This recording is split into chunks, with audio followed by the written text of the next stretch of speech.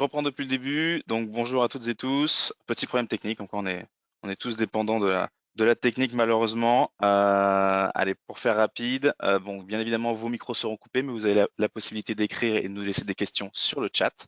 Donc n'hésitez pas à le faire et on fera un petit question-réponse après. Et bien évidemment, pour les retardataires ou ceux qui n'ont pu se connecter, l'enregistrement de ce webinaire vous sera envoyé demain avec un lien par mail directement sur votre boîte mail personnelle. Voilà. Deux personnes pour présenter aujourd'hui notre stratégie bas carbone. Donc moi-même, Kevin Latreille, directeur des ventes projet, et Marjolaine qui va se présenter.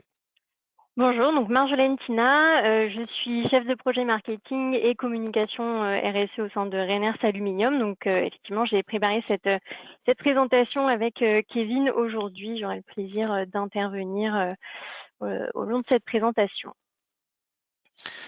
Alors, on va vous présenter tout ça en trois parties. Je m'occuperai personnellement de la partie numéro 2 qui concerne le cycle de vie de l'aluminium, de sa production jusqu'à sa réutilisation et jusqu'à son recyclage.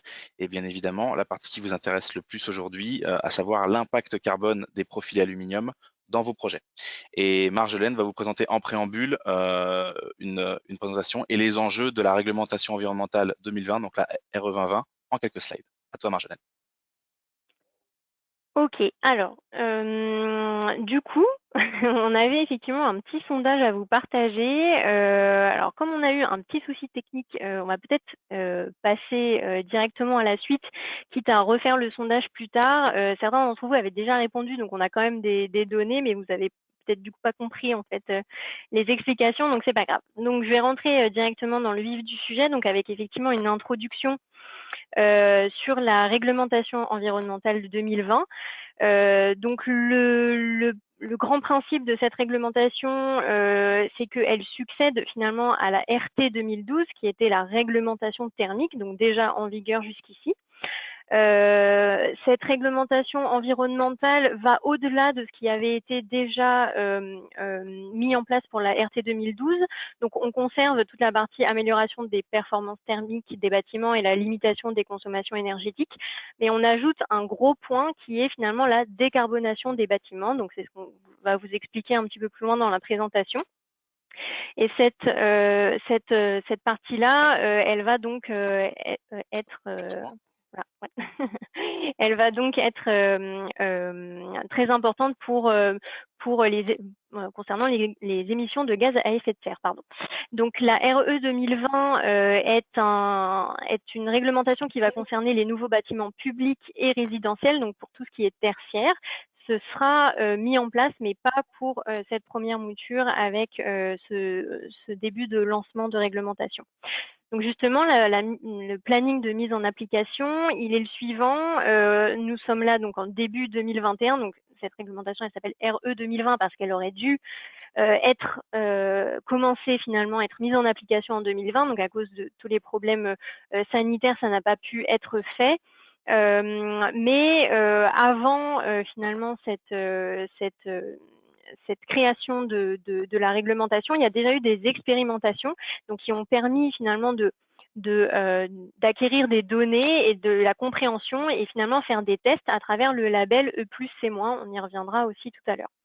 Donc là, on est finalement dans une période où les concertations et la publication des enquêtes publiques sont déjà passées et on a vraiment tous les grands principes de la réglementation ont été définis. Ce qui n'a pas encore été défini et publié, ce sont les seuils qu'il ne faudra pas dépasser.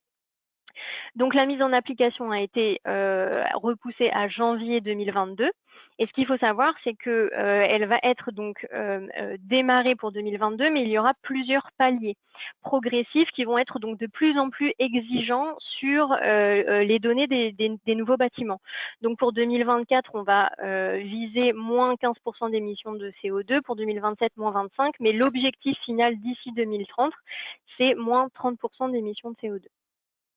Alors, qu'est-ce qu'elle contient plus particulièrement, cette réglementation environnementale? Donc, elle concerne 9 indicateurs sur lesquels il va falloir apporter des données. Sur les 9 indicateurs, il n'y en a que 6 qui sont obligatoires. Donc, on peut imaginer que les 3 derniers qui sont actuellement pris à titre informatif seront dans les différents paliers ou plus tard après 2030 finalement mis comme un indicateur obligatoire.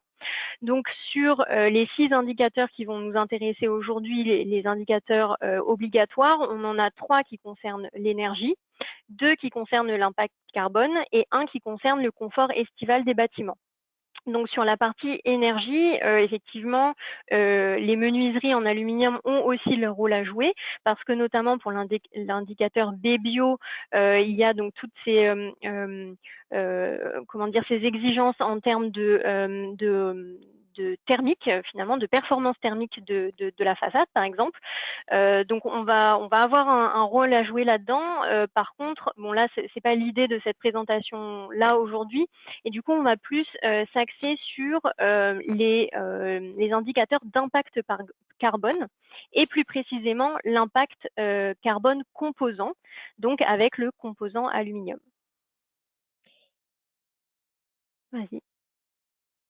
Donc voilà, ce fameux indice impact carbone composant. Donc l'idée finalement, c'est de calculer l'ensemble des émissions de gaz à effet de serre de tous les composants du bâtiment. Et ce sur l'ensemble du cycle de vie de la fabrication et du cycle de vie du bâtiment. Donc l'indice impact carbone, il est exprimé en kilogrammes équivalent CO2 par mètre carré. Donc mètre carré d'éléments, de matériaux. Et elle calcule les émissions liées à toutes les étapes de vie du matériau, donc la production du composant en lui-même, le transport, l'installation, l'utilisation, la maintenance, la réparation, le remplacement et comment se passe leur fin de vie. Donc si vous avez déjà travaillé peut-être avec le label E+, C-, donc qui était un label bâtiment à énergie positive et réduction carbone, donc c'était pas obligatoire, mais vous pouviez finalement faire labelliser les bâtiments avec ce label. Donc l'impact carbone composant est l'équivalent du EGES-PCE que vous aviez dans le label E+, C-. Alors, comment oui, voilà. Donc ce qui existait finalement jusqu'ici, c'était ce label E+, C-, dans lequel nous, en fait, Rheners Aluminium, on avait déjà finalement participé. À travers notamment l'organisation professionnelle des fabricants d'aluminium, le SNFA. Avec la création du label Alu+, C-, donc sur la même idée que énergie positive et réduction carbone moins. C'était une démarche volontaire, mais qui devait donc être justifiée par des outils finalement officiels et donc qui étaient certifiés par des organismes accrédités par l'État. Donc il y avait un référentiel et ce référentiel-là, il était expliqué et justifié par ce qu'on appelle les fiches de déclaration environnementale sanitaire, les fameuses FDES, dans lesquelles on spécifiait finalement l'impact carbone effectivement de tous les composants. Et c'est ce qui permettait de créer ce dossier-là pour pouvoir labelliser le bâtiment en E+, C-. Donc, au niveau de Rheners Aluminium et pour nos produits, on a une fiche, une FDES qui est finalement commune à toute l'industrie de l'aluminium pour les menuiseries et qui a été créée par le SNFA en concertation avec tous nos collègues et nos collaborateurs du marché. Donc, ces FDES, il y en a d'ailleurs, elles sont utilisées encore aujourd'hui, il y en a 4. Donc, une qui concerne vraiment les coulissants et 3 autres qui concernent les fenêtres et les portes-fenêtres, un ventail et 2 vantaux. Et ensuite, on distingue en fait la taille de la fenêtre avec des fenêtres qui sont en dessous de 2,3 mètres carrés et des fenêtres qui sont au-dessus de 2,3 mètres carrés. Donc, ces attestations, elles sont disponibles sur demande via Rheners Aluminium pour justifier de l'utilisation de nos produits avec un taux certain d'émissions de gaz à effet de serre pour la production de ces menuiseries. Alors comment ça fonctionne? Alors cette diapo, donc ce qu'il faut comprendre, c'est que finalement, pour pouvoir calculer l'impact carbone du bâtiment en entier, il faut avoir les fiches FDES de tous les éléments qui constituent le bâtiment. Donc on a les façades et les menuiseries extérieures, donc c'est ce qui va nous concerner, mais il y a aussi tous les autres outils, la maçonnerie, les couvertures, etc., etc. Alors pour vous donner une idée de seuil finalement à ne pas dépasser pour lisser composants d'un bâtiment, pour une maison individuelle, donc ça c'est un exemple, hein, c'est pas les seuils encore officiels parce qu'ils n'ont pas encore été divulgués, on serait à 630 kg équivalent CO2 par mètre carré. Donc, quand on additionne tous les éléments que vous voyez là dans le petit entonnoir. Pour vous donner une idée, les fiches, les FDES de profilé en aluminium pour une fenêtre en dessous de 2,3 mètres carrés, on ne doit pas dépasser une empreinte carbone à 7,2 kg équivalent CO2 par mètre carré pour une fenêtre de vantaux et 5,4 kg équivalent CO2 pour une fenêtre à un ventail. Dans ce contexte-là, il faut, en tant que fournisseur de profilés aluminium, pouvoir justifier d'un taux le plus bas possible, donc pour éviter de dépasser un certain seuil, pour pouvoir rentrer finalement dans les obligations de ces FDES. Donc c'est ce qu'on va vous expliquer aujourd'hui, c'est comment au sein de Rheners Aluminium, on a finalement mis en place notre stratégie pour pouvoir se conformer aux FDES, mais même voir aller plus loin que les exigences des FDES. Et c'est ce que va vous expliquer Kevin maintenant. Merci Marjolaine. Alors moi, très rapidement, en préambule, on va refaire un petit point évidemment sur le matériau en lui-même et l'aluminium, pour ceux qui ne le pratiquent pas et qui n'utilisent pas et qui ont peut-être un peu moins l'habitude. Donc bien évidemment, les points forts de l'aluminium, il est résistant, solide et léger, avec une haute durabilité, même accrue, puisque dans la plupart des cas, il est fourni avec un laquage Calico de Calimarine qui lui confère une durabilité encore plus grande. Et ce qui est intéressant dans le cadre du bilan carbone, c'est qu'il est en plus 100% recyclable. Donc c'est qu'on peut partir du principe que un châssis, une menuiserie ou un mur rideau aluminium posé aujourd'hui pourra dans 30, 35, 40 ans être récupéré complètement, retirer bien évidemment le vitrage et les joints EPDM plastique et pourra être complètement recyclé. Donc c'est tout l'intérêt et en plus on va considérer que on va avoir dans la partie et cette phase de recyclage 95% d'énergie en moins utilisée pour le recyclage par rapport à de l'aluminium primaire qui provient de carrière. Donc on va faire un petit laïus sur de la production donc primaire, sur la partie carrière, extrusion et profilage et mise en barrettage. Je vais vous expliquer aussi ce que c'est. Sur la partie recyclage, bien évidemment, et on fera un bilan global sur l'empreinte carbone de tout ça. Donc le cycle de vie de l'aluminium, allez, si on part à droite, évidemment une production. Donc la production, pour ceux qui ne le savent pas, se fait sous forme de billettes, donc de gros obus entièrement en aluminium. On passe chez un extrudeur pour réaliser l'extrusion et donner la forme au profilé souhaité.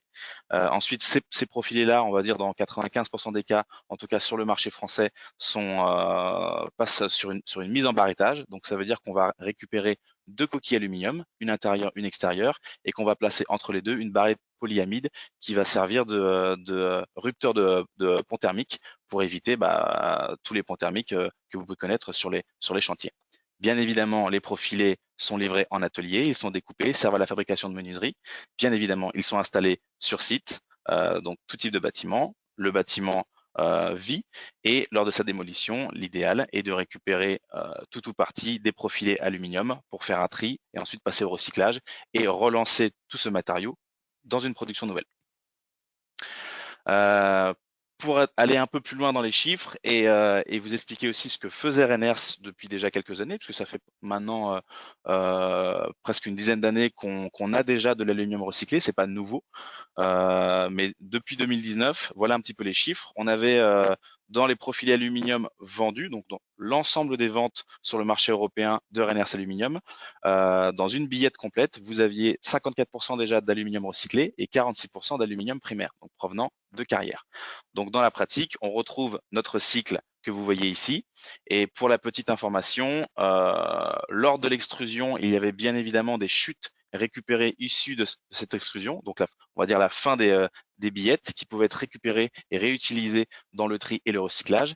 Et il est évidemment mis en place auprès des menuisiers et partenaires avec qui nous travaillons, que eux aussi, dans leurs chutes liées à la fabrication de la menuiserie, et souvent les barres sont livrées sous format de 6 mètres 50 à 7 mètres, ils en utilisent 90, 95%, et les quelques pourcents restants peuvent être utilisés pour le recyclage et le tri. Voilà.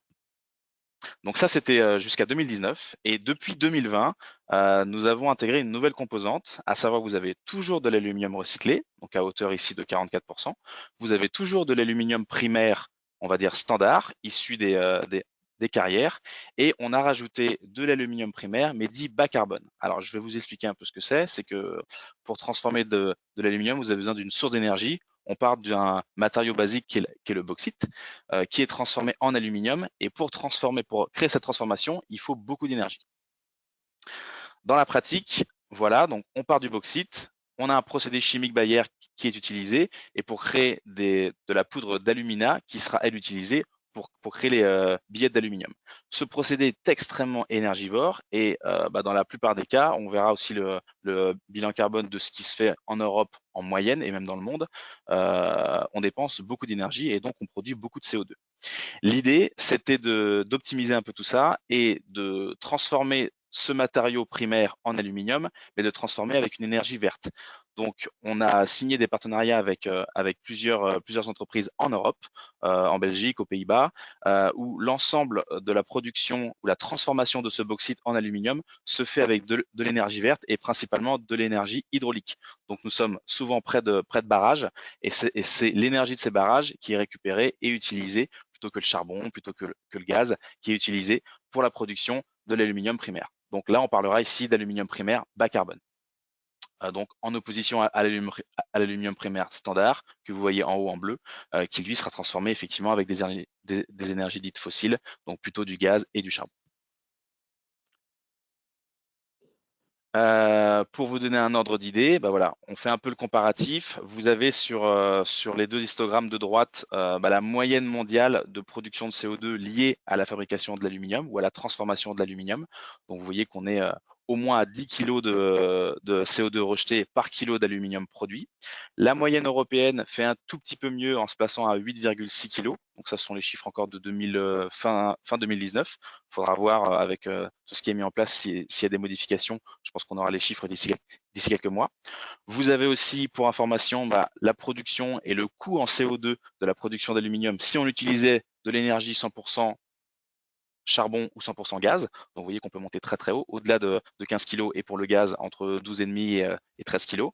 Et vous voyez au milieu que si on utilise uniquement l'énergie hydraulique, on peut descendre jusqu'à 4 kg, voire un tout petit peu moins de CO2 rejeté par kilo d'aluminium produit.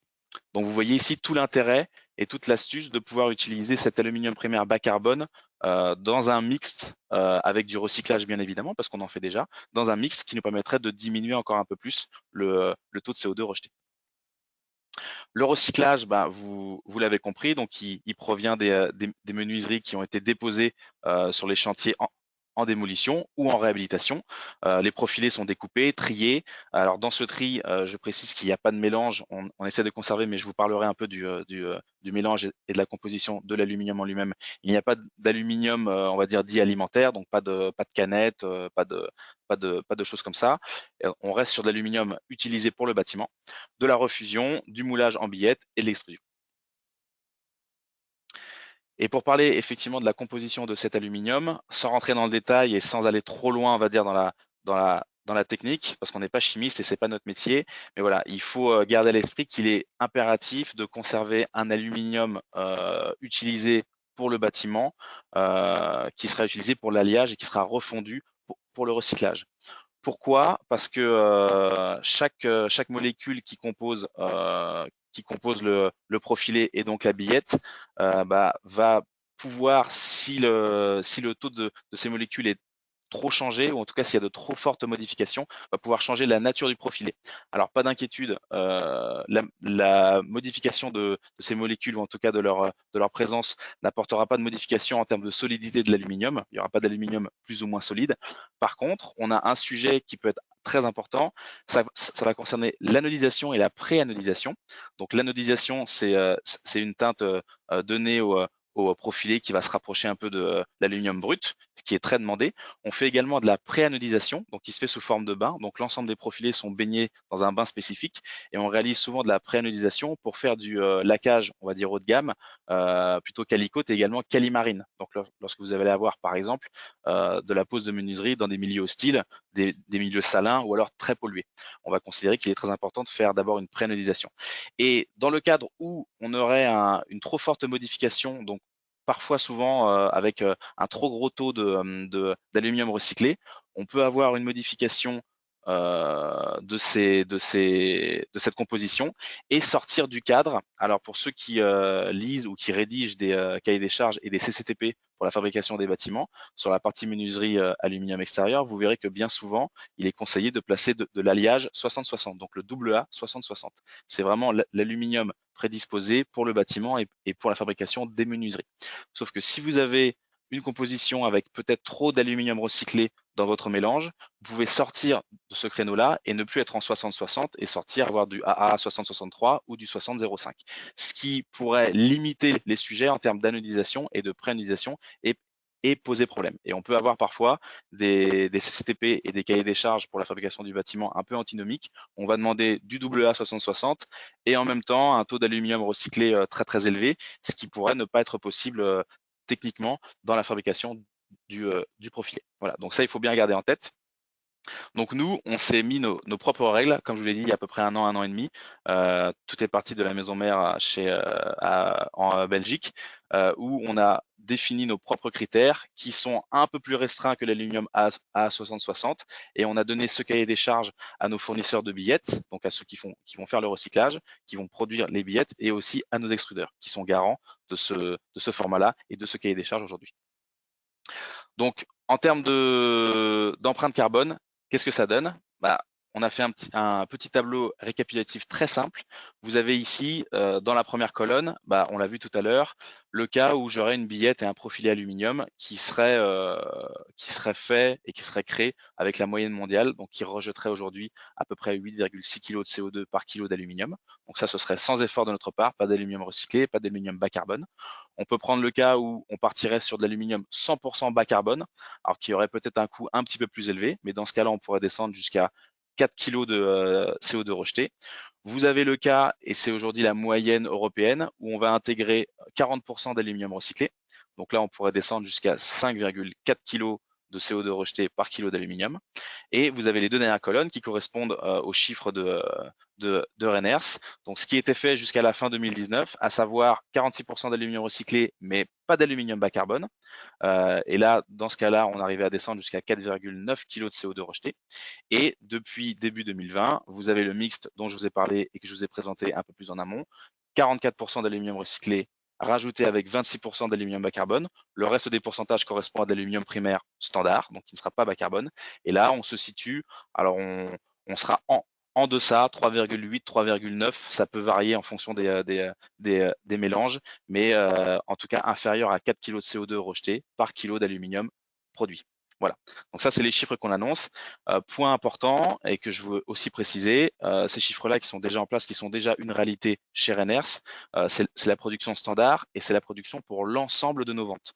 On ne fait pas de distinguo entre tel ou tel projet, et l'ensemble de nos profilés, qu'ils soient créés pour faire du mur rideau, pour faire de la fenêtre ouvrant à la française, pour faire du coulissant, pour faire de la porte, ils auront exactement le même résultat et la même empreinte carbone. Et ce, bien évidemment, sans surcoût. Alors, souvent, on fait la course à l'aluminium recyclé. Aujourd'hui, on nous pose la question souvent, mais pourquoi vous ne faites pas plus d'aluminium recyclé? Il faut garder en tête que cette stratégie de 44%, elle a été réfléchie, elle a été travaillée dans le sens où la quantité d'aluminium recyclé disponible en Europe reste somme toute limitée. On l'a vu tout à l'heure, la vie d'un bâtiment, on va considérer qu'on est entre 30 et 40 ans. Ça veut dire que les châssis posés en 2020 aujourd'hui seront peut-être l'aluminium, si on souhaite le recycler, sera disponible dans une quarantaine d'années. Donc ça veut dire que le niveau il est quand même limité. Et si on s'avançait en disant je veux pour l'ensemble de ma production avoir 65, 70 ou plus 70% d'aluminium recyclé, on n'aurait de toute façon pas la possibilité de tenir ces rendements et on serait obligé d'avoir un mixte avec de l'aluminium recyclé, mais de moindre teneur dans nos mélanges. Donc l'idée, c'est sans avoir à réfléchir et sans avoir à trop se creuser la tête, ce niveau-là, on sait qu'on peut le tenir sur le long terme, que c'est une solution pérenne et qu'on peut le proposer à l'ensemble de nos clients et à l'ensemble des projets qui seront travaillés avec vous. Ça, c'est ce qu'il faut garder en tête. Bien évidemment, dans des cas très particuliers, si demain on a un sujet très complexe et qu'on a une obligation d'avoir un taux d'aluminium recyclé peut-être plus élevé ou un taux d'aluminium bas carbone plus élevé, eh bien on peut travailler et faire une création de billettes spécifiques pour un projet spécifique qu'on aura travaillé ensemble, bien évidemment avec des délais un petit peu rallongés, le temps de commander les billettes et qu'elles soient disponibles pour l'extrusion, mais ça peut être envisagé pour essayer de descendre encore un peu plus le niveau de CO2 si cela est vraiment nécessaire.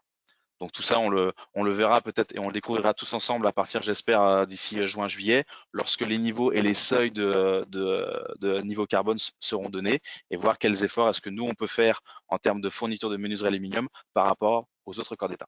Voilà. Pour résumer et à retenir pour vous, donc la composition bas carbone sur l'ensemble de nos profilés et de nos productions. Donc ça comprend vraiment toutes nos ventes et toute notre production. Donc gardez ça en tête, 26% d'aluminium bas carbone, 44% d'aluminium recyclé et 30% d'aluminium primaire, on va dire standard. Pour justifier tout ça sur les projets dont vous vous occupez, plusieurs possibilités. On a, nous, depuis peu, mais on l'avait déjà depuis 2 ans, fait une attestation spécifique avec la norme ISO concernée pour le taux de CO2 rejeté et le niveau de recyclage prévu.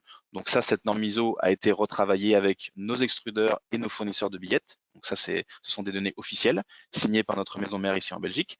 Bien évidemment, sur le marché français, la spécificité et la règle serait de fournir les FDES concernés pour nos profilés. Alors, ceux qui connaissent un peu le sujet, sachez que les FDES aujourd'hui sont communes, comme l'a dit Marjolaine tout à l'heure, au cercle du SNFA, dans lequel nous sommes adhérents actifs, et qu'aujourd'hui nous sommes en attente d'une mise à jour de la part du SNFA de ces fiches FDES. Quand bien même la mise à jour sera faite, elles seront toujours communes et nos chiffres, en tout cas les chiffres que je vous ai présentés aujourd'hui, seront mélangés et noyés avec les chiffres de tous nos concurrents et de tous nos confrères. Donc gardez en tête que les fiches FDES sont en attente, elles arrivent. Nous sommes également aussi en attente et nous sommes impatients de les avoir. Si jamais vous aviez des projets spécifiques un peu urgents, je l'ai fait encore la semaine dernière, il est possible en discutant avec les architectes et les maîtres d'ouvrage, si nécessaire, de fournir les EPD. Donc les EPD, pour faire simple, ce sont les fiches FDES, mais à l'échelle européenne, qui n'ont normalement pas lieu d'être utilisées sur le marché français, mais comme les FDES aujourd'hui françaises ne sont pas à jour, on peut imaginer qu'on peut quand même utiliser les chiffres donnés par les EPD. Et là, nous sommes capables de vous donner des fiches EPD produit par produit, vraiment série par série, la série de menuiserie pour le châssis choisi, pour le mur rideau, pour une porte, pour un coulissant, et de les additionner et de vous fournir des EPD à jour, bien évidemment, et spécifiques pour votre chantier. Donc, c'est un moyen de pallier à cette absence et à l'attente qu'on a encore auprès du SNFA pour les FDES. Mais voilà, s'il y a des choses un peu urgentes, on peut pallier et on peut vous accompagner quand même si tous les documents ne sont pas encore disponibles. Voilà.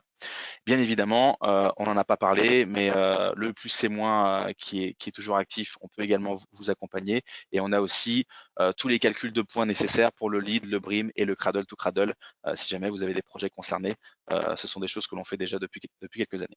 Voilà. J'ai fait le tour de ma présentation.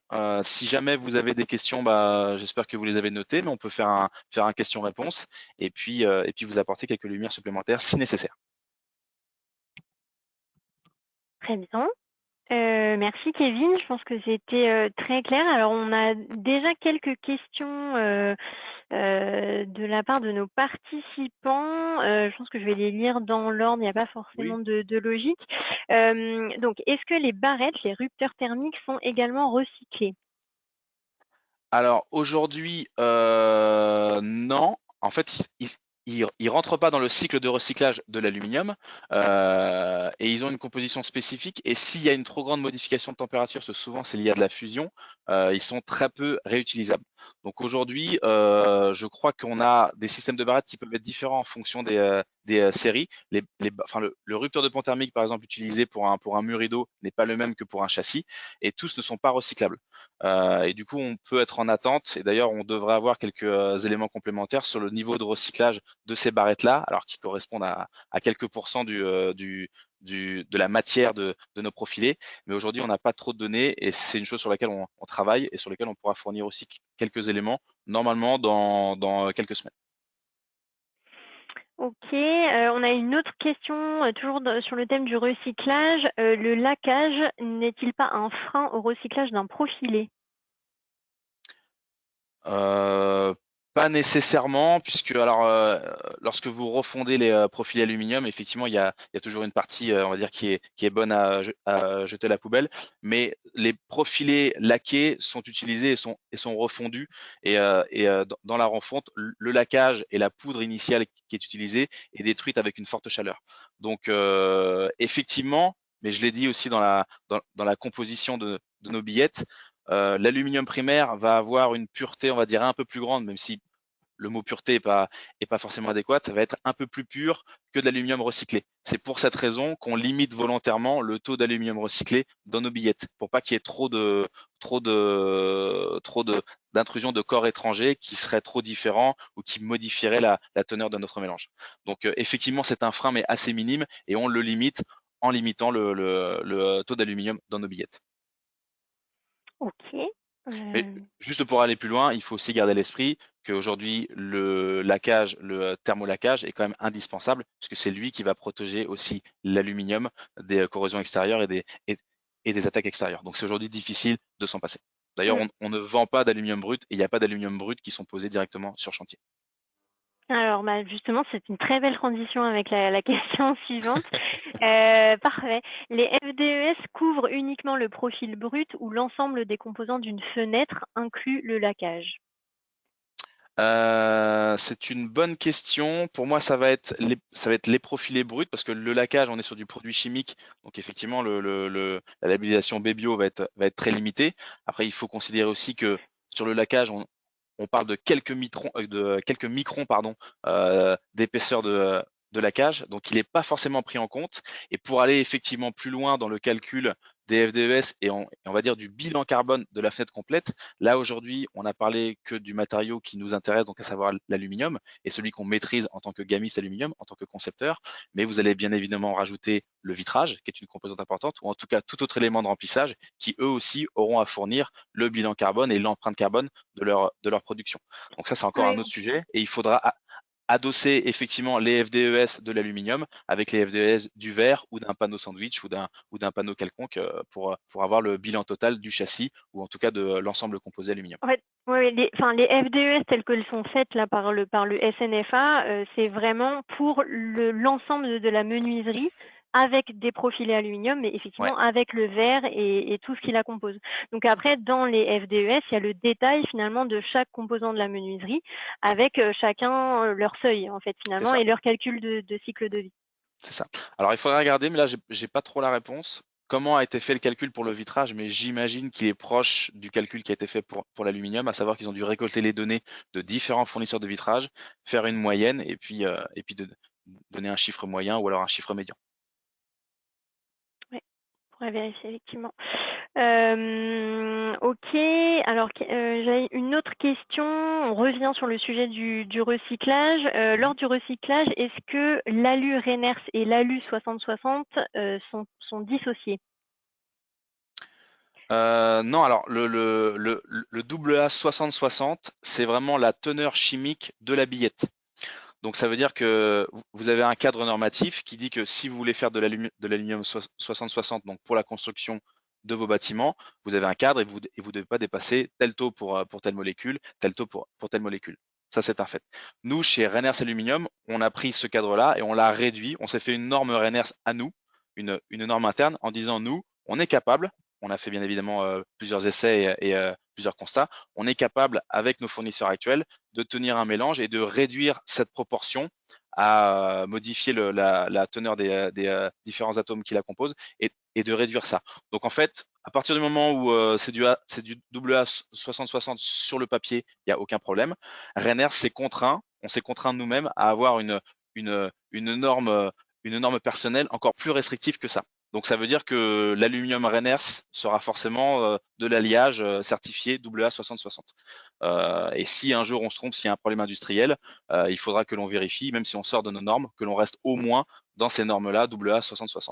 Mais pour le coup, les billettes qui servent à l'extrusion des profils RNR seront forcément 60-60. Je ne sais pas si j'ai bien répondu à la question. Vraisemblablement, on n'a pas de retour sur la non-réponse à la question, donc a priori ça a été clair. Est-ce que vous avez d'autres questions? A priori, là, on a fait le tour des premières questions qui ont été posées. N'hésitez pas à les envoyer dans le chat. Alors sinon,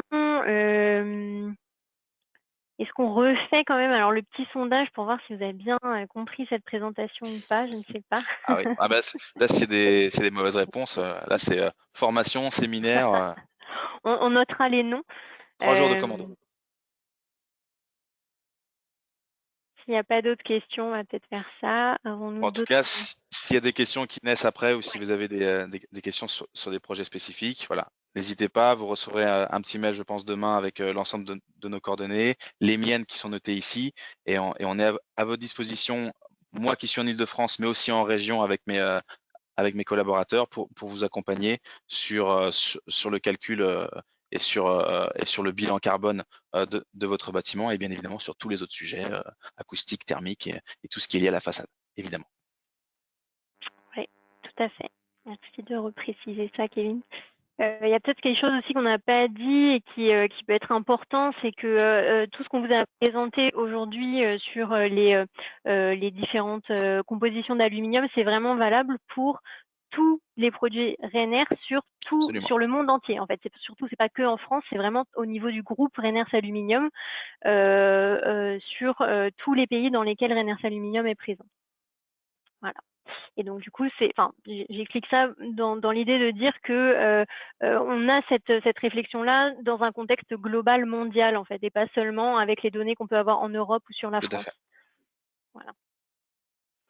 Bon, alors a priori, nous n'avons pas de questions supplémentaires. Allez, pour le fun, on va relancer le petit sondage que désolé, donc on a un peu mal démarré, du coup vous n'avez peut-être pas compris. Allez, refaisons-le. Donc, quel est l'impact carbone des profils aluminium dans la construction d'un bâtiment? Donc, je rappelle qu'on part d'un nombre de kilogrammes d'équivalent CO2 par kilogramme d'aluminium produit. Donc, vous avez à peu près en tête le chiffre de Renners Aluminium. Donc, il y a une fourchette dans laquelle on est situé. Voilà, j'ai donné un beaucoup trop gros indice du coup. Par rapport aux réponses proposées. Donc, vous pouvez sélectionner une réponse et on va voir le résultat. Allez. Voyons voir. C'est presque parfait. Bon, alors qui sont les 13% qui ont dit que tout était recyclé?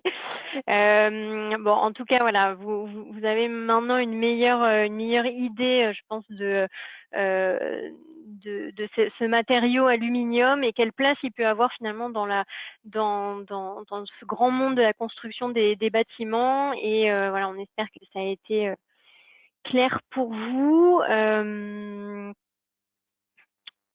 Est-ce que peut-être que ça a ressuscité d'autres questions? Ah oui, alors on a une question. En termes de coûts, comment se comporte le marché de l'aluminium en ce moment? Alors aujourd'hui, oui, on peut en parler. D'ailleurs, j'ai même une question, une question qui est un peu liée à ça, c'est est-ce que tout ce que vous avez mis en place par rapport à l'aluminium recyclé et l'aluminium primaire bas carbone engendre un coût? Donc, je réponds à ma question d'abord et après je réponds à la vôtre. Toutes les procédures que je vous ai montrées aujourd'hui et toute la stratégie que l'on a déjà mis en place n'a pas entraîné de coût tel quel, c'est-à-dire on n'a pas augmenté nos prix d'aluminium parce qu'on a des nouveaux process et des procédés industriels qui vont être modifiés. Donc ça n'a absolument pas bougé. Mais effectivement, pour ceux qui suivent un peu le marché, vous apercevrez que les coûts globaux de l'ensemble des matériaux, c'est pas que l'aluminium qui est touché, ont augmenté, pour voir certains fortement augmenté. Donc effectivement, c'est lié plus à l'extrusion à l'extrusion dans les carrières et à une pénurie de produits et à des problèmes de transport liés aussi au Covid, que voilà, il y a eu une augmentation assez élevée du prix de l'aluminium global. Donc plus sur la partie primaire, pas trop sur la partie recyclée, parce que la partie recyclée, on l'a vu tout à l'heure, ne bouge pas. On va dire que la quantité d'aluminium recyclé disponible, en tout cas recyclable disponible, elle est à peu près toujours la même. Donc c'est plus sur la partie primaire, mais effectivement, il y a eu une augmentation de l'ordre de plusieurs pourcents, voire même une petite dizaine de pourcents au global, qui a été d'ailleurs répercutée quasiment sur l'ensemble du marché. Pas forcément de 10% complet, mais qui a en tout cas été répercuté au moins de 30 à 50%, si ce n'est plus pour d'autres. Voilà. Donc effectivement, le prix des matières augmente. Il est peut-être amené à encore augmenter d'ici la fin de l'année. On est encore en attente et on suit ça de manière assez drastique, puisque nous sommes directement impactés par rapport à l'achat de l'aluminium auprès de nos fournisseurs et bien sûr à la revente. Donc ça a un impact fort. Et l'idée, c'est de pouvoir essayer de minimiser cette hausse qui, je l'espère, pourra être rétablie, et puis on pourra revenir sur des prix plutôt cohérents, je l'espère, peut-être l'année prochaine. Mais bon, pour l'instant, effectivement, on est dans une forte hausse globale mondiale, la première qui a eu lieu il y a quelques mois maintenant, et on s'attend à ce que les prix augmentent encore un petit peu. Donc en tout cas, c'est pas lié à la production Reners, mais plutôt à un prix global et à un coût de l'aluminium mondial. Voilà. Ok, merci. Alors on a une autre question. Donc tout à l'heure on expliquait donc le fameux AA6060 dans l'aluminium recyclé. Quand donc on a un très fort taux d'aluminium recyclé dans un alliage d'aluminium, la question c'est est-ce que cet aluminium à fort taux de recyclage répond tout de même aux normes du bâtiment? Oui, oui. Alors, il n'y a pas de crainte à avoir, c'est ce que je disais. Je l'ai peut-être dit un peu trop rapidement. Il n'y a pas de crainte à avoir sur la solidité de l'aluminium en lui-même. On peut imaginer que si on fait un mur rideau de quelques dizaines de mètres de haut, il nous faut bien évidemment assurer l'inertie de l'ensemble. Et même si on sort de cet alliage 60-60, l'inertie en tant que telle ne bougera pas. C'est vraiment la réaction de l'aluminium et sa modification à sa surface, notamment liée à l'anodisation et à la pré-anodisation, qui pourront poser problème.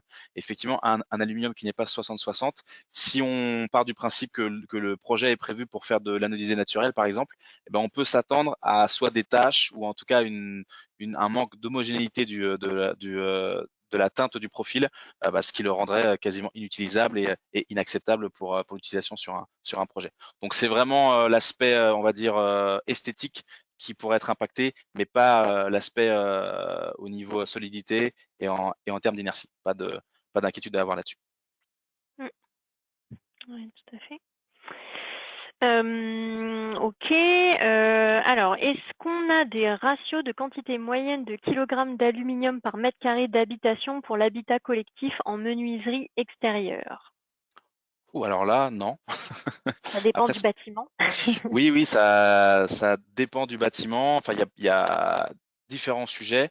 Euh, pour nous, chaque projet est très différent. Donc, effectivement, on pose nos menuiseries sur du bâtiment, logement collectif, sur du bureau, sur des logements individuels aussi, réno, neuf. On fait à peu près tous les types de chantiers. Et comme chaque cas est différent, on fait nos calculs lorsqu'ils sont demandés vraiment au cas par cas. Donc, si jamais vous avez des sujets, moi, je vous suggère de nous contacter, qu'on puisse échanger ensemble et puis faire un bilan directement sur le projet concerné. C'est difficile de donner une moyenne, ce qui sera pas forcément vrai. Et en plus, on a souvent des cas maintenant où on a des projets qui sont un peu multimatériaux. On a des châssis bois, on a des châssis alu, on a des parties en acier. Donc, c'est d'autant plus difficile de faire une moyenne globale. Voilà. Donc, si jamais vous avez des sujets, n'hésitez pas à nous contacter et puis on pourra regarder ça ensemble.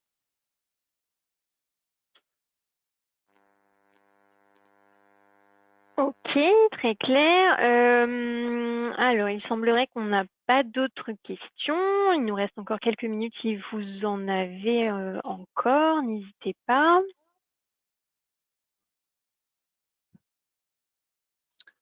Je suis dessus. Bon, il semblerait que Ok. tout le monde ait pu poser ses questions.